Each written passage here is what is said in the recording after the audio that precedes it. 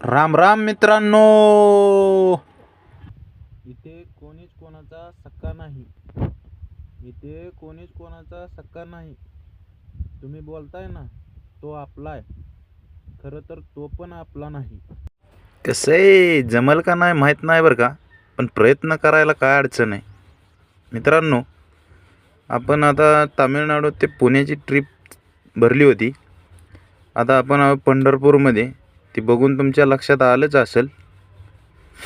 मग काय, विठ्ठलाला रस्त्यावरूनच म्हणलं, देवा लक्ष दे रे बाबा, आणि लावलं रे बीट साना ना ना ना. आणि आपण आज घरी चाललो होतो. 2-3 दिवस बाहेर असल्यामुळं आपला अवतार एकदम बघण्यासारखा झालता. धावायला नको वाटतंय, तरी बी धावतो. आपला कॅमेरा लय हाय प्रोफाईल आहे. हे कसं आहे, कसा दिसतोय सोंड्या. नाईटला गाडी चालवायचं म्हणल्यावर असंच हो.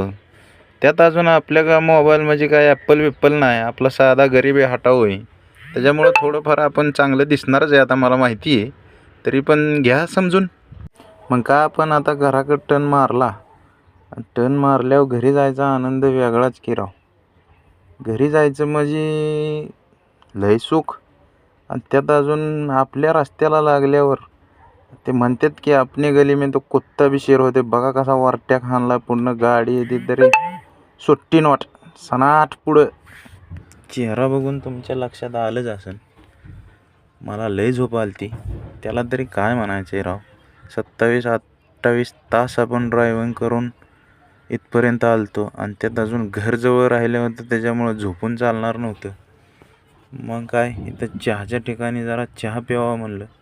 घेतली मग गाडी आत आणि लावली. मित्रांनो, आलोच चहा पिऊन. जरा तुम्हाला चला म्हणलं असतं, पण तुम्ही नाही पिणार.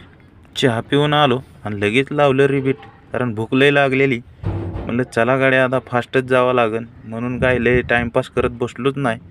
घेतली गाडी सनाट. फायनली आपण घरी आलो.